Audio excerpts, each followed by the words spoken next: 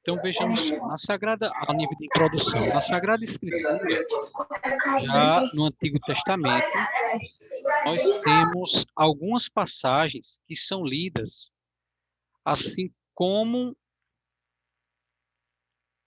a Cristo. Essas passagens do Antigo Testamento, algumas delas são lidas como inferências, menções à figura e à missão da Santíssima Virgem Maria. Então, a primeira passagem que temos aqui citada é Isaías 7,14. A gente não precisa ler porque é uma passagem muito conhecida, que é aquela que o profeta Isaías diz: Eis que a Virgem conceberá e dará à luz um filho. O seu nome será Príncipe Forte, Deus Eterno, Pai da Eternidade e tudo mais. Então, é uma clara menção à Virgem Maria já do Antigo Testamento. E podemos lembrar também de outras passagens, né? Judite, Esther, personagens do Antigo Testamento que fazem já uma menção, uma inferência à figura, à pessoa de Maria e à sua missão no Novo Testamento. Quando chegamos nos evangelhos, nós vamos ter uma menção um pouco Cleide, velada. Oi, Marluce. diz aí a citação de Esther, que você falou? Esther seria todo o livro, né? Quando a gente lê a missão de Esther, que agrada ao rei com as suas vestes reais, é sinal também ali da escolhida entre tantas outras que se apresentam diante do rei. Esther é a única que agrada. Então, a figura de Esther que a gente tem no livro de Esther, todo o livro de Esther, seria um protótipo, digamos assim, uma menção da Virgem Maria. Não teria um capítulo, um versículo específico. Esse que eu mencionei é 7,14 de Isaías. Eis que a Virgem conceberá. Então, quando a gente Obrigada. chega nos evangelhos, nós vamos ter ali uma menção nos evangelhos um pouco velada, um pouco assim escondida, com exceção dos evangelhos de Lucas e de João. Lucas que a gente pode tomar como sendo uma narrativa histórica, porque é Lucas que vai narrar a aparição, o anúncio do arcanjo Gabriel, é Lucas que vai narrar a visita de Nossa Senhora a Isabel. Então seria assim mais uma narrativa histórica a respeito da Virgem Maria. Quando a gente vai para João, nós temos ali uma narrativa teológica, ou seja, há uma intenção de um ensino religioso a transmitir. João, quando menciona a figura de Maria no seu evangelho, é sempre na intenção teológica, ou seja, de passar um ensino religioso. E a gente lembra aquelas principais duas passagens em que é mencionada Nossa Senhora. A primeira seria das bodas de Caná, no capítulo 2º, e a segunda menção à Virgem Maria no Evangelho de João é lá no capítulo 19, aos pés da cruz. Então, essas duas passagens, elas têm uma intenção teológica, transmitir um ensino a respeito da presença de Maria. Saindo dos evangelhos, há uma explícita menção a respeito de Maria nos Atos dos Apóstolos. A gente vai ler esse versículo aí, Atos capítulo 1 e o versículo 14. Quem encontrar primeiro pode ler para a gente ganhar tempo, liga o microfone. Atos 1:14.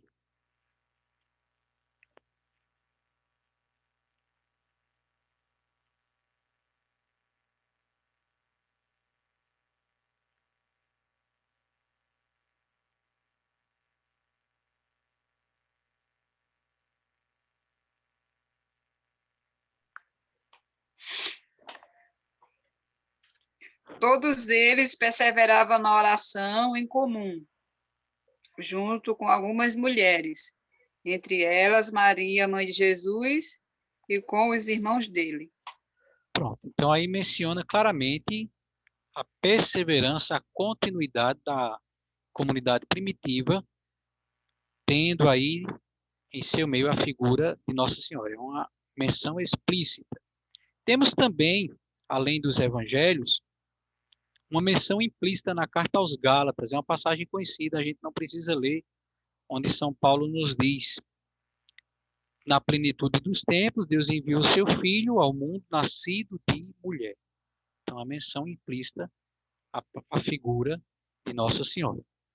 E sendo que o Evangelho de João foi um dos últimos escritos do Novo Testamento, e com uma profundíssima visão teológica, que é representada pela águia, a figura é o animal que representa o Evangelho de João, podemos entender que o escritor, ao relatar cenas incomuns, ou seja, que não estão presentes nos outros evangelhos, como as bodas e a crucificação, ele tinha o intuito de transmitir também um profundíssimo ensino sobre o papel e a missão de Maria junto à comunidade. Então, se a gente tivesse a oportunidade, né, de aprofundar a visão teológica de São João e perceber ali nos detalhes, nas minúcias, o que ele fala, as 7 talhas, a presença de Maria, todas as ordens, os convivas, em que dias da semana se realizou aquele casamento. Então, tudo isso tem uma intenção, um ensino, como a gente já mencionava. Então, não é por acaso, é intencional da parte do evangelista João mencionar a figura de Maria. E agora, olha que bonito, quando a gente chega, passa ali o período do primeiro século e começamos agora a tradição. Na tradição, encontramos diversas pinturas nas catacumbas romanas que testificam o culto à Santíssima Virgem pela comunidade primitiva, como essa que vocês veem aí ao lado, na extrema direita, que eu estou com o mouse em cima, da Virgem Maria amamentando. É uma pintura datada do ano 150 depois de Cristo. E aqui a gente faz uma pausa para comentar. Todos vocês sabem que no início a comunidade cristã ela era perseguida, né? Até o início do século IV, mais especificamente até o ano 313, com a conversão do imperador Constantino, os cristãos não podiam se reunir abertamente, porque eram perseguidos, presos, torturados, levados ao Coliseu para serem devorados pelas feras. E onde era que os cristãos primitivos, devido à perseguição, onde é que eles se reuniam? Nas catacumbas, que eram aquelas cavernas subterrâneas, onde eles enterravam os mártires, e essas catacumbas estão lá, em Roma, na Terra Santa, em Roma também, para serem visitadas pelos curiosos, pelos turistas, e qualquer um que for visitar as catacumbas romanas poderá ver nos dias de hoje essas gravuras que ilustravam, que enchiam as paredes das cavernas, das catacumbas, melhor dizendo. E entre essas diversas pinturas, dali daquele local onde eles celebravam a liturgia às escondidas, nós vamos encontrar pinturas, imagens da Santíssima Virgem, como essa aí que é datada do ano de 150, mostrando que lá no começo da igreja já havia uma veneração da figura de Nossa Senhora. Com Irineu de Leão, por volta do ano 200, nós vamos ter aí o começo do desenvolvimento da Mariologia, ou seja, do estudo, do pensamento e do ensino sobre Nossa Senhora.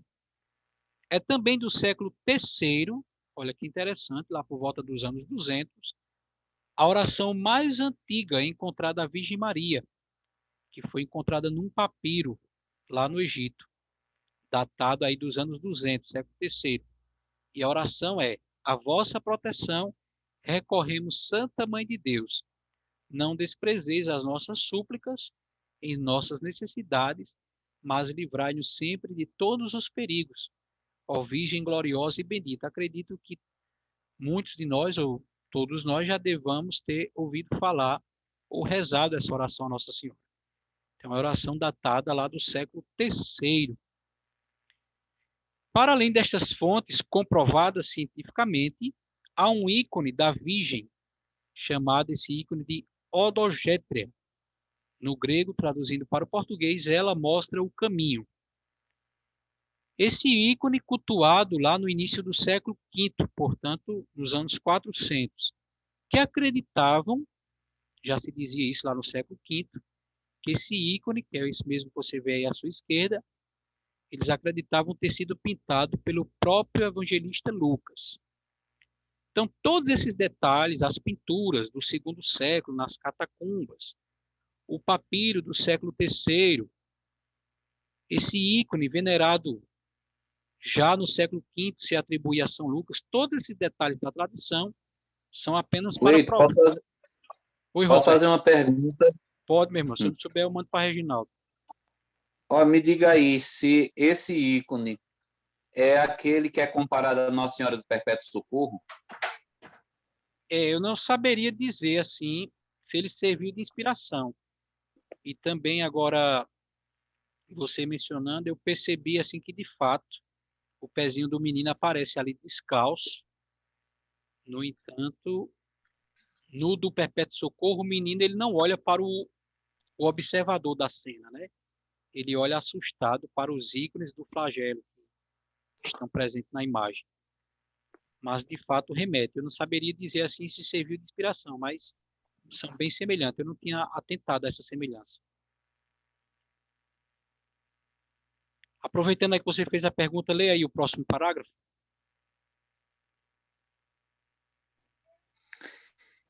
Estes detalhes da tradição, é aqui? Isso. Estes detalhes da tradição são apenas para provar que o culto a Maria sempre esteve presente desde o início do cristianismo e não foi uma idolatria moderna inventada pelo magistério em concílios e sobreposta à adoração a Deus. No entanto, para exposição dos dogmas marianos, devemos partir unicamente da Sagrada Escritura.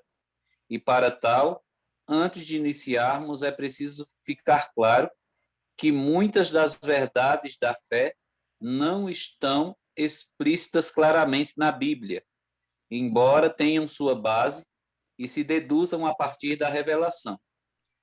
E este é um princípio totalmente legítimo. O próprio Jesus disse que, ainda que tivesse iniciado consigo, seria o Espírito enviado que nos conduziria a toda a verdade. A exemplo do próprio dogma da Santíssima Trindade, em toda a Escritura não vamos encontrar esta expressão, uma vez sequer, mas é uma verdade indubitável, aceita até pelos não católicos. Desculpem aí, eu estou lendo aqui uma letrinha bem pequenininha no celular. Deixa eu aumentar aqui um pouquinho. Ver se melhora aí. Então, irmãos, vejam, algumas informações interessantes aparecem aí nesse parágrafo que o nosso coordenador diocesano leu. Primeiro de que todos esses indícios, aliás, indícios não, evidências, né? Que a gente viu, as pinturas, as orações antigas, tudo isso mostra que a figura de Maria sempre foi cultuada desde o começo da igreja. Não foi uma invenção da igreja para se colocar no lugar ou tomar o lugar da adoração a Deus. E quando a gente, esse é o intuito, né, da nossa conversa aos sábados, falar dos dogmas de Nossa Senhora, é importante a gente entender que as verdades da fé, o dogma é uma verdade de fé que a igreja apresenta para crermos, para a nossa salvação. É importante a gente entender que os dogmas, eles, apesar de terem a sua base, a gente vai partir da Bíblia, como diz aí, aqui na quarta linha, vamos partir unicamente da Sagrada Escritura. No entanto, os dogmas não estão explícitos. Um exemplo é o dogma da Santíssima Trindade. Todos nós cremos no Pai, no Filho e no Espírito Santo. Não precisamos aqui nos alongar esclarecendo esse dogma, porque todos nós cremos no dogma da Santíssima Trindade. Inclusive, os não católicos creem no Pai, no Filho e no Espírito Santo. No entanto, em toda a Bíblia, nos seus 73 livros, do Gênesis ao Apocalipse, nós não vamos encontrar uma só vez a palavra Trindade. Repetindo, na Bíblia não tem a palavra Trindade, mas a verdade está contida na Bíblia, não tem a palavra, mas a verdade, o ensino, a revelação está contida na Bíblia, que aqui não é o caso da gente se deter, porque todos nós cremos. Só estamos aí mencionando a nível de exemplo que, embora os dogmas sejam tirados da revelação bíblica, não estão explicitados, estão ali de maneira a exigirem a compreensão do leitor. E é um princípio legítimo, não estamos inventando nada, porque o próprio Cristo disse que seria o Espírito. A revelação não foi acabada com o ministério de Jesus. O próprio São João, no final do seu evangelho, nos diz que se fosse escrever tudo o que Jesus disse e fez, nem todo mundo caberiam os livros. E o próprio Jesus disse, a revelação alcança o seu auge na pessoa de Cristo, mas seria o Espírito Santo conduzindo a igreja quem iria clarificar as verdades. Então, Jesus não ensinou sobre a Trindade, mas ele disse, eu e o Pai somos um. Quem é que faz a igreja chegar à compreensão desse dogma e de todos os outros? O Espírito Santo prometido, que, como está aqui em João 16:13, conduziria ao decorrer dos tempos e dos séculos a igreja à compreensão plena da verdade. Então, não é nada inventado, é algo tirado da revelação da Sagrada Escritura. Como a gente passa a ver agora, o primeiro dos dogmas, a Imaculada Conceição. Então, a primeira verdade que nós cremos a respeito da Santíssima Virgem, que não só precede e vem antes dos demais dogmas, a maternidade divina, a virgindade perpétua, a sua assunção ao céu, esse dogma da Imaculada Conceição ele não só vem antes, como também fundamenta os demais. Então, quando dizemos que Maria é a Imaculada Conceição, todos nós entendemos isso, que se trata de dizer que Maria é sem mácula, livre da mancha do pecado. Então, porque ela foi isenta do pecado, mereceu ser a mãe de Deus, Theotokos. Porque foi isenta do pecado, São José a preservou, virgindade perpétua. Porque foi concebida sem pecado, mereceu ser assunta ao céu. Mas se vamos partir da Escritura, em que nos baseamos para assim crer? Então, no Antigo Testamento há uma tipologia. Tipologia é aquilo que a gente já mencionava lá em cima, né? É quando a gente lê uma passagem do Antigo Testamento fazendo referência, menção a outra figura, no caso aqui, a Santíssima Virgem. Mas essa palavrinha a gente pode usar também em referência a Cristo. E aí eu pediria a vocês que ligassem o microfone para dizer, lembra alguma passagem do Antigo Testamento que quando a gente lê, lembra de Cristo? Quem saberia dizer alguma?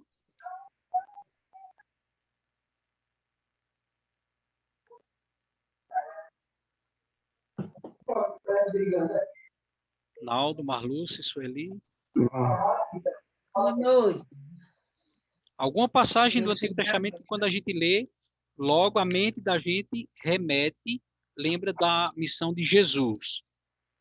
A serpente de bronze no deserto. E isso o próprio Jesus disse, né, lá em João, assim como Moisés ergueu a serpente no deserto, importa que o Filho do Homem também seja erguido para curar todos aqueles que olharem para ele. Jonas, quando a gente lê no Antigo Testamento, Jonas, 3 dias no ventre de grande peixe, símbolo também dos 3 dias que o peixe passaria no ventre da terra, não é isso? E tantas outras passagens. Era o método que o próprio Cristo usava, né? Transcorrendo por Moisés, passando pelos profetas, explicava o que a seu respeito continha em toda a Escritura. Lá no capítulo 5 também do Evangelho de João, Jesus vai dizer isso no versículo 39, João 5:39, examinai as Escrituras porque elas dão testemunho de mim. Isaac, o filho único da promessa, que foi levado em sacrifício pelo pai Abraão, também é símbolo do filho único, Cristo, que seria sacrificado por nós. Então tem muitas figuras lá do Antigo Testamento que quando a gente lê, remete, nos leva, nos indica, nos conduz para a missão de Jesus. Essas, digamos, comparações, essas ligações, é o que a gente chama de tipologia, tá? Então, também, a respeito da Santíssima Virgem, há uma tipologia belíssima no Antigo Testamento. E quando a gente lê, logo aplicamos a Santíssima Virgem. Aqui está em Cânticos 4:7. Livro dos Cânticos, capítulo 4, e versículo 7. A gente não vai ler para ganhar tempo, até porque também está transcrita aqui a passagem, né? Lá em Cânticos, capítulo 4, e o versículo 7, nós lemos: És toda formosa, e não há mancha em ti. Cânticos, capítulo 4, versículo 7. Tem uma tipologia da Santíssima Virgem. Aquilo que o amado, no livro dos Cânticos, capítulo 4, versículo 7, diz para a sua amada: és toda formosa e não há mancha em ti. Logo a gente remete, lembra do dogma da Imaculada Conceição. Mas sabemos, olha que interessante agora, e os protestantes gostam de repetir, que todos pecaram e estão privados da glória de Deus. Então esse é o versículo que nossos irmãos protestantes gostam de usar para negar o dogma da Imaculada Conceição. Todos pecaram e estão privados da glória de Deus. Contudo, nós sabemos que, como diz lá a primeira carta de São João, capítulo 3, versículo 8, para isto se manifestou o Filho de Deus. Para quê? Destruir o quê? Destruir as obras do diabo. Destruir as obras do diabo. Logo, o pecado é a doença. Cristo, Cordeiro de Deus, que tira o pecado do mundo, é o remédio. Então, lembremos que há dois modos de nós nos prevenirmos de uma doença. O método profilático de prevenção, está muito em moda essa palavra agora, né, nesse tempo de pandemia, e o método terapêutico de remediação dos efeitos. Se prevenir da doença, ou depois que você a contrai, tomar aí, fazer um tratamento terapêutico para remediar. Daí a palavra remédio que você toma contra a enfermidade já contraída. Então, nós cremos que em Maria, a graça santificante, nós dissemos no parágrafo acima, que o pecado se estendeu a todos e para isso se manifestou o Filho de Deus com sua graça, destruir as obras. Ele é o Cordeiro que tira o pecado do mundo.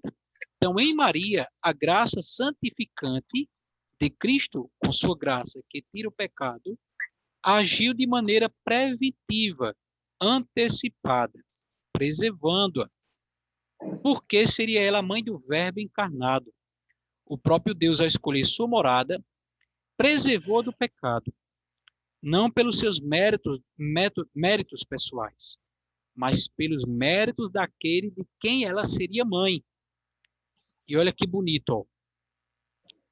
Essa verdade de quem vista, Maria foi preservada do pecado, então nela a graça agiu de maneira antecipada. Isso nos é lembrado na liturgia do dia 8 de dezembro. Então, temos aqui Marluce, da paróquia da Imaculada Conceição, Ionéia, da paróquia da Mãe dos Homens, né, a festa em janeiro. Temos aqui a irmã Josenáurea, também da Imaculada Conceição, a festa em dezembro, Ângela, também de Palmeirina.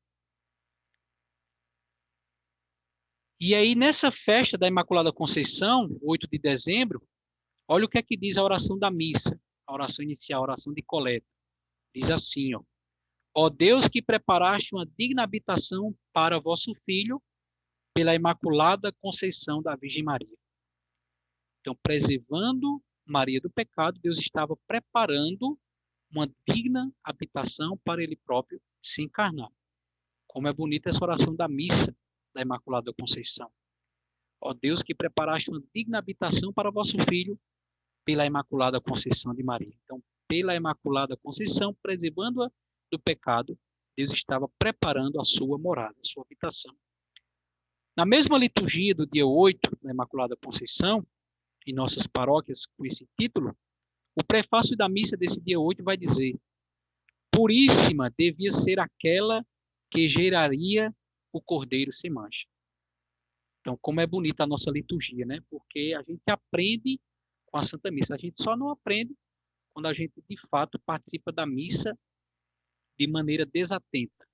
Mas as orações, prefácio, toda a liturgia da missa, os gestos, o espaço litúrgico, tudo isso é uma grande catequese, um grande ensino.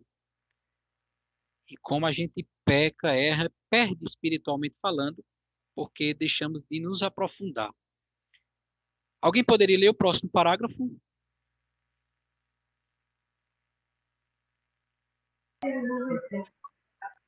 São, du, Duns Scott, são, são Duns Couto, franciscano, século 13. XIII. Grande defensor dessa verdade.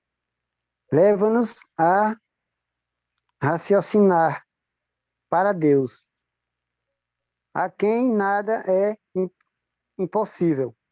Poderia ele livrar Maria de nascer sem pecado?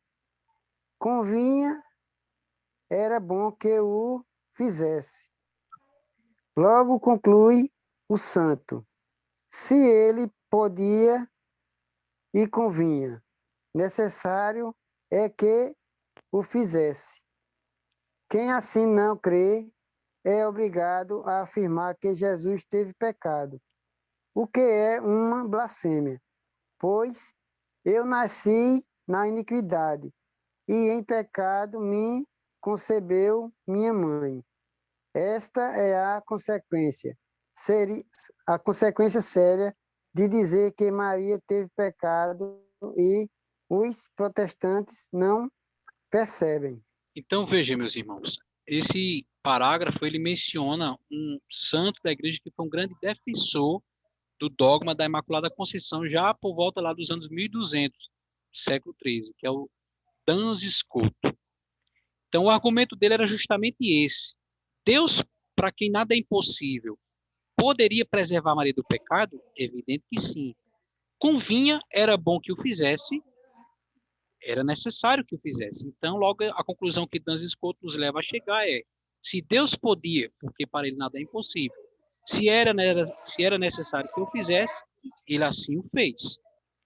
E aí, falta um minuto aqui para encerrar. Eu vou terminar para não perdermos a gravação, mas espero vocês retornarem no mesmo link, tá?